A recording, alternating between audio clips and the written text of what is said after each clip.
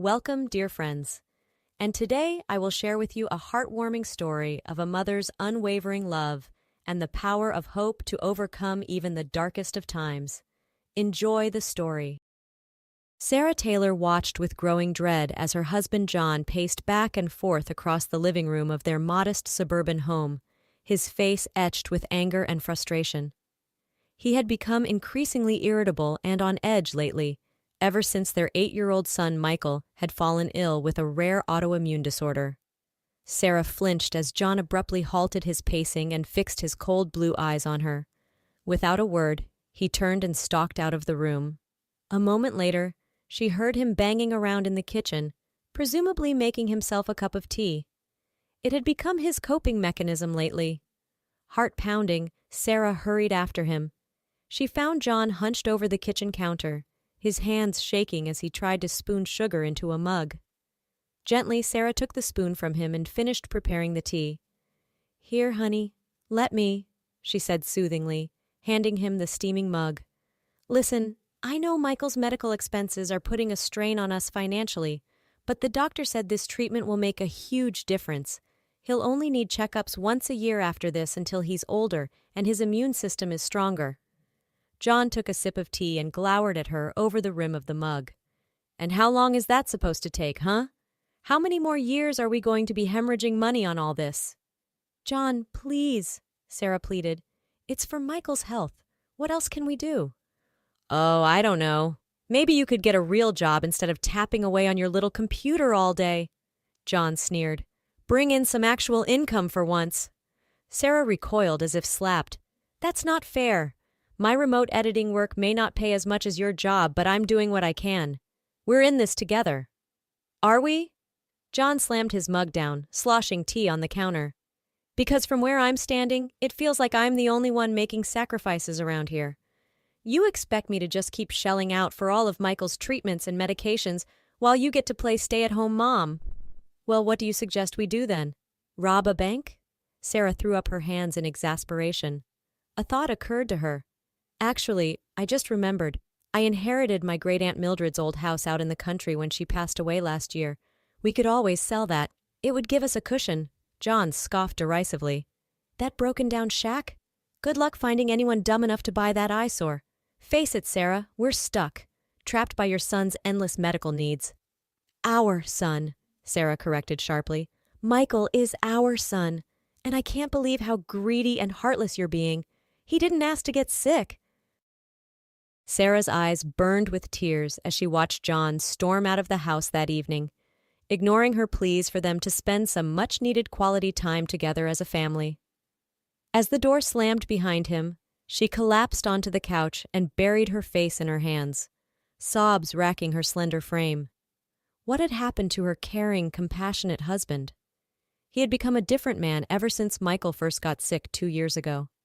At first, John had been loving and supportive, holding her hand through the sleepless nights in the hospital. But as their son's condition worsened and the medical bills piled up, he grew increasingly resentful. Sarah knew the stress of working overtime to pay for Michael's treatments while she stayed home to care for him weighed heavily on John. But she was doing her best to contribute with her freelance editing work. It just didn't bring in as much money as John's corporate management job. And Michael's weak immune system meant he got severely ill and had frequent complications, preventing him from regularly attending school. Even their doctor said what Michael really needed was an extended stay at a specialized children's medical facility down south, where the warm climate and advanced treatments could bolster his health. But the cost was astronomical.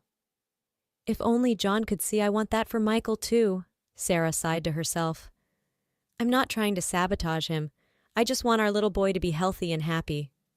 With a sinking heart, Sarah realized John might not be coming home that night. He had started disappearing more frequently, sometimes staying out until dawn. At first she had worried, but now she almost hoped he would stay away. His unpredictable rages frightened her. Wearily climbing the stairs, Sarah peeked into Michael's room and found him fitfully sleeping, his face pale and clammy. Her heart ached seeing him so frail. He must have overheard her fighting with John again. Sitting on the edge of his bed, She gently stroked his dark hair, murmuring soothing words until he settled. Sarah didn't get a wink of sleep that night, her mind churning as she stared at the empty pillow beside her. When morning finally dawned, she was up fixing breakfast, determined to stay strong for her son. The jangle of keys in the front door made her tense. John was finally home. Bracing herself, she stepped into the foyer, only to reel back in shock. John wasn't alone. He had his arm slung around an unfamiliar young woman, her face heavily made up, her dress far too revealing for 9 a.m. Who's this? Sarah stammered, eyes wide. This is Tina, John announced with a smirk. She's the new lady of the house, so I'd show some respect if I were you. What? Sarah could barely process his words. What are you saying? John stepped forward, towering over her. I'm saying you and Michael need to pack your bags and get out. Today. This is my house, and I won't have you disrespecting me by questioning my decisions. Sarah gaped at him in growing horror. You can't be serious, John. Where will we go? What about Michael's treatments? He needs stability. Not my problem anymore. John crossed his arms. Why don't you take him to your dear old auntie's house in the boonies? It's not like you're fit to raise him in the state he's in. Please, John, don't do this, Sarah begged, tears streaming down her face. He remained unmoved. I'll be generous and give you an hour to pack. But after that, I want you gone or I'm calling the cops. Don't worry, I'll be filing the divorce papers myself. Should be a clean break since the house is in my name. Legs shaking, Sarah stumbled up the stairs in a daze and began throwing clothes and toiletries into a suitcase for her and Michael. She made sure to grab their documents and the emergency cash she kept hidden away, hands trembling as she zipped the bag shut. Mommy, what's happening? Michael stood in the doorway, rubbing sleep from his eyes. Swallowing her tears, Sarah knelt and pulled him into a tight hug. We're going on a little trip, love. An adventure to the country. Doesn't that sound fun? She helped him dress and shouldered their bags. With one last heartbroken look around their home, Sarah took Michael's small hand in hers and guided him out to the unfamiliar car in the driveway where Tina sat filing her nails. Thanks for ruining my life, kid, Sarah drawled as they loaded their bags. Enjoy it while it lasts. Someday John will do the same to you. Taking Michael's hand again, she began walking briskly down the peaceful suburban street, trees lining the sidewalks. She had to get as far away from here as possible. I hope Daddy Y will be okay, Michael said, his voice quivering. Isn't he coming with us? Sarah had to bite her cheek to keep from crying. No, baby, I'm afraid it's just you and me now, but we'll be okay. I'll make sure of it. Daddy just needs some time. She glanced back at their house, a tear escaping down her cheek. I hope one day he realizes God sees everything he's doing and shows him the light. But for now, it's you and me against the world, little man. They walked for nearly an hour, Sarah struggling under the weight of their bags, while Michael did his best to keep up, his energy fading. When she could see he was starting to stumble, Sarah stopped and knelt down to his level. I'm so sorry, sweetheart, she said, pushing his sweaty bangs back. I wasn't thinking how hard this would be for you. You've been such a brave boy. How about we get a taxi to take us the rest of the way? Michael nodded, brightening a bit. Sarah managed to flag down a cab, wincing a bit at the high fare the driver quoted for taking them all the way out to her great-aunt's rural village. But the car had air conditioning, and Michael was drooping in the heat, so she agreed. As they settled into the worn leather seats, and the taxi merged onto the highway, Sarah closed her eyes and let out a shaky breath. She couldn't believe her life had imploded so completely in less than 24 hours. How had it all gone so wrong? You all right there, miss? The driver asked, glancing at her in the rearview mirror. Sarah managed a wan smile. Yes, thank you, just had a bit of unexpected upheaval. We're heading to my great-aunt's old house that I inherited. I've actually never been there before. That so? The driver whistled. You know, that little village of yours has gone through quite the transformation in recent years. Used to be just a sleepy hamlet, but then they discovered natural therapeutic hot springs in the area. Sarah perked up in surprise. Hot springs? I had no idea. Oh yeah, they put in this real fancy private health resort and spa a few years back. Place is always booked solid with rich folks coming to take the healing waters. Prices are sky high too. He chuckled. You're sitting on a gold mine with a house in that town. Property values have shot through the roof. You must have relatives in high places to inherit there." A tiny ember of hope sparked in Sarah's chest. Could it be? Had her dotty old aunt accidentally left her the key to getting Michael the treatments he needed? She hardly dared to consider it. "Mommy, are we going to see cows?" Michael piped up, rousing from his drowsy state. "I want to pet a cow." Laughing, the first real laugh she'd had in ages, Sarah pulled him close and kissed the top of his head. "We just might, little man. And we'll go on hikes and dip our toes in the river and catch glow bugs in jars at dusk. We're going to have such an adventure, you'll see." For the first time in a long time, she allowed herself to feel a tiny glimmer of hope. Maybe, just maybe, there was a chance for her and Michael to start over. "Well, I'll be," the taxi driver said as he pulled up the long, winding driveway. "This sure ain't no broken-down shack." Sarah had to agree. As they rounded the final bend, her aunt's house came into view, and Sarah's jaw dropped open. Far from the ramshackle cottage she had expected, the house was a grand Victorian affair, with turrets and widows' walks, sprawling green lawns and colorful gardens surrounding it. It was like something out of a fairy tale. "Wow, Mommy, it's a castle!" Michael crowed in delight. Still in a state of shock, Sarah paid the driver and climbed out, barely feeling the weight of the bags now. She took Michael's hand and together they approached the house. Everything about it was charming, from the intricate gingerbread trim to the welcoming red front door. "Great Aunt Mildred, your house is beautiful," Sarah murmured, though she had never met the woman. They had just climbed the porch steps when the door swung open, and a smiling middle-aged man stepped out. He had a friendly, open face, with laugh lines around his bright blue eyes. "You must be Sarah," he exclaimed, coming forward to shake her hand vigorously. "I'm Jack Carson. I own the resort next door. Your Aunt Millie and I were dear friends. She told me all about you and made sure I kept an eye out for when you arrived." "It's lovely to meet you," Sarah said, finding herself smiling back at his enthusiasm. She glanced around. "This house is not at all what I expected. I had no idea Mildred lived in such a glorious place." "She was full of surprises, old Millie," Jack said fondly. "Sharpest card shark I ever met. Why don't I give you the grand tour, and then we can discuss the spring?" "The spring?" Sarah asked as she and Michael followed him inside, marveling at the spacious, sunlit rooms filled with antiques. "The therapeutic hot spring that made this area famous," Jack explained. "It happens to be located on your aunt's, well, your property now. Millie and I had an arrangement.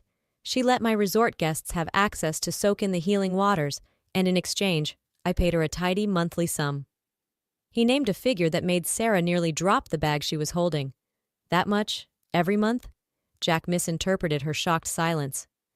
"Now, I'm more than willing to continue that arrangement with you as the new owner. I know it's not as much as I could be paying, but your aunt and I felt it was a fair—" No, it's more than fair," Sarah cut in quickly. "I'm just stunned is all. This is beyond generous. Are you sure? I don't want to take advantage." "Trust me, it's a drop in the bucket compared to what we bring in." Jack waved a hand. "Millie adored you, you know. You were her one regret, that she didn't connect with you more before she passed. I think she'd be tickled pink to know you and your boy can have a fresh start here." Tears pricked at Sarah's eyes, and she blinked them back. "Thank you, Jack. Truly. This means everything." 6 months later, Sarah almost didn't recognize her own reflection as she brushed her hair at the antique vanity. Her skin was glowing, her eyes bright, her smile unforced. For the first time in years, she looked happy, content. Life in the village had been the balm her broken little family needed. The bucolic days spent exploring the woods and streams, the cozy evenings curled up together reading books, the delicious country meals that Sarah took such pride in preparing with fresh ingredients. It was like something out of a dream. But the biggest change of all was in Michael. With plenty of sunshine, clean air, and space to roam, his health had improved dramatically. His cheeks were pink now instead of sallow, his limbs sturdy instead of spindly. He still needed his treatments, of course, but Jack had put them in touch with a local specialist who came out to the house. The improvement was remarkable. As for Jack himself, he had become a steady, comforting presence in their lives.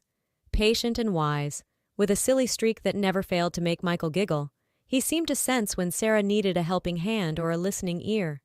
She found herself looking forward to his daily visits, going on long, rambling hikes with him, while Mrs. Norris from the village watched Michael. Gradually, they began to open up to each other. Sarah told him all about John and their disastrous marriage, how lost and broken she had felt. And in turn, Jack shared his own tale of loss, how his beloved wife had succumbed to cancer years before, leaving him shattered.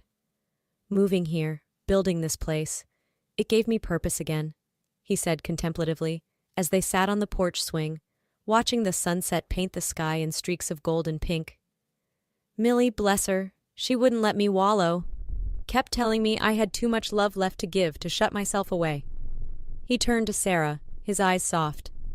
I think she was right. We've both been hurt, no denying that. But maybe this is our second chance. To heal. To live again. Hesitantly, he reached out and brushed a stray tendril of hair from her face, his calloused fingers gentle. Sarah shivered at his touch, her heart fluttering wildly. Jack, she breathed, scarcely daring to believe this was real. That after everything, she could dare to dream of happiness again. A harsh screeching of tires on gravel shattered the moment. Startled, they leapt apart and turned to see a familiar black BMW come barreling up the drive. The engine roared as the sleek black BMW skidded to a stop in a cloud of dust. Sarah's heart plummeted as an all-too-familiar figure unfolded himself from the driver's seat. John. He looked terrible, his face haggard and ashen, his clothes rumpled, but his eyes burned with a manic light as he stalked towards them. Well, well, isn't this cozy? He sneered, taking in their intimate positioning on the porch swing. My wife, shacking up with some hick in the middle of nowhere. I always knew you were a gold digger, Sarah, but I didn't think you'd move on quite this fast. Ex-wife, Sarah reminded him coldly, rising to her feet. She refused to cower before him any longer. And what are you doing here, John? I thought I made it clear I never wanted to see you again. Yeah, well, things change, he said with an ugly smile. See, I had myself a little revelation. I realized that this place, this house, it's my ticket out. My escape hatch from the mess you and that brat left me with. Sarah's spine stiffened. What are you talking about? This house is mine, left to me by Aunt Mildred. You have no claim to it. John barked out a harsh laugh. Oh, but I do, sweetheart. See, we're still legally married, which means half of everything you own is mine, including this quaint little shack and the cash flow that comes with it. He stepped closer, getting in her face. Sarah wrinkled her nose, smelling vodka on his breath. So here's what's going to happen. You're going to put this dump on the market, take the money and fork over my half. That should be more than enough to cover the boys' treatments and set me up with a nice tidy sum to start over with Tina. Absolutely not, Sarah said firmly, though her heart pounded. I'm not letting you waltz in here and destroy the life Michael and I have built. We're happy here. This is our home now. John's face darkened, and quick as a snake, he grabbed her arm in a crushing grip, yanking her towards him. Sarah cried out in pain and fear, pushing at his chest. Listen here, you ungrateful! John started angrily, but suddenly he was grabbed from behind and wrenched away from Sarah. I believe the lady told you to leave, Jack said pleasantly, though there was unmistakable steel in his voice. He had a good 4 inches and 50 pounds of solid muscle on John. I suggest you get in your car and drive away, now. With an inarticulate cry of rage, John lunged at Jack, taking a wild swing. But he was unsteady on his feet, and Jack easily sidestepped, landing a solid punch to John's gut. John doubled over, wheezing. I won't ask again, Jack said calmly. Face red with humiliation and fury, John straightened up and glared at Sarah, jabbing a finger at her. This isn't over. You can't keep me away from what's rightfully mine. With that, he turned and stormed back to his car, peeling out so fast the tires left marks on the drive. Sarah watched him go, her heart thundering in her chest. She felt Jack's hand on her shoulder, warm and steadying. I won't let him hurt you, Jack promised. Either of you. Sarah turned to him, blinking back tears. I know. Jack took her hands in his eyes fierce with determination and love. Let me protect you, both of you. Sarah, I know it's fast, And you've been through hell. But I can't imagine my life without you and Michael in it now. What I'm trying to say is, will you marry me? Sarah's heart soared, the last piece clicking into place. She knew it was impulsive, knew there would be a long road ahead, untangling herself from John once and for all. But looking into Jack's steady, honest face, she felt a certainty, a rightness settle into her very bones. This was her future, her family. Yes, she said, happy tears spilling down her cheeks. Yes, Jack, I'll marry you. With a whoop of joy, Jack gathered her into his arms and spun her around before setting her back on her feet and leaning down to capture her lips in a searing kiss. It was a promise, a declaration, a new beginning. Does this mean we get to stay here with Jack forever? A hopeful voice piped up. Sarah turned to see Michael standing on the porch behind them, his small face alight with cautious excitement. She held out a hand to him, and he crashed into their embrace. That's right, baby, she said, smoothing his rumpled hair. We're officially starting our happily ever after, right here in this special place, with Jack to love us and keep us safe. Michael threw his arms around Jack, who hefted him up with a grin. I've always wanted to be a daddy, he said, voice rough with emotion. I promise, I'll be the best one I can be, for both of you. You already are, Sarah said softly, her heart too full for words. With Michael still held snugly between them, they turned to gaze out over the golden hills, the trees waving gently in the honeyed afternoon light. Sarah knew there would still be struggles ahead. John wouldn't give up easily, but wrapped in the love of her two boys, her little family, she had never felt stronger or more hopeful. 10 years later.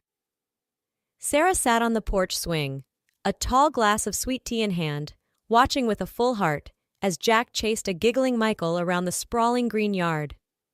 At 18 now, Michael had grown into a strong, handsome young man with a perpetual twinkle in his eye. The picture of health. The years of treatments and country living had worked their magic. As if sensing her thoughts, Jack caught her eye and winked, letting Michael tackle him into the grass where they lay laughing uproariously. Sarah shook her head fondly. Her boys, her world. So much had changed in the decades since she'd fled to this haven with a broken heart and a sick child, not daring to dream of the joy that awaited them. True to his word, Jack had been her rock as they navigated the messy final days of her divorce from John. In the end, the law had been on their side. John's claims on the house held no water, and in fact, his own misdeeds had come to light. Tina, fearing she would be cast aside as Sarah had been, came forward detailing John's shady business dealings, the money he'd embezzled and squandered, trying to maintain his lavish lifestyle. He wound up serving a lengthy prison sentence, his pristine reputation in tatters, all his accounts seized. Last Sarah heard, upon his release, he'd slunk away to the Cayman Islands. She wished him no ill will, only hoped he would someday find the peace and wisdom to become a better man. For her, that chapter was long closed. She and Jack wasted no time starting their new life together as husband and wife. He formally adopted Michael and dove into fatherhood with his signature gusto and devotion. When Sarah discovered she was pregnant a year into their marriage, he wept with joy. Now their daughter Millie, named for her dearly departed aunt, came charging out of the house, her dark curls flying and cheeks pink with exertion. At 8, she was the spitting image of Sarah, a precocious imp who ruled the roost. "Mommy, Daddy, Mikey, come quick!" she hollered. "Nana and Pops are here." Ah, yes, Sarah had nearly forgotten. Jack's parents were coming to stay the weekend, a visit they all eagerly anticipated. Rising to greet her in-laws, Sarah took a moment to savor the perfect tableau before her. Her lively children, her adoring husband dusting grass off his jeans, the tidy but warm grandeur of the house, the glittering of the sun off the burbling creek that ran through their property. To think she had once believed that happiness existed only in fairy tales. Now she knew better. Oh, their life wasn't perfect. There were still skinned knees and spats over homework, busy schedules and misunderstandings to work through. But underneath it all was a bone-deep contentment, an unshakable foundation of love and family. Slipping her arm around Jack's waist, Sarah tilted her head up for a kiss, which he gladly supplied. His eyes crinkled down at her, bright with adoration and the weight of all they'd overcome to get here. "Happy, Mrs. Carson?" he murmured against her lips. "Incandescently," she replied, and sealed their perfect moment with another kiss beneath the blue sky. At peace, at home, at last.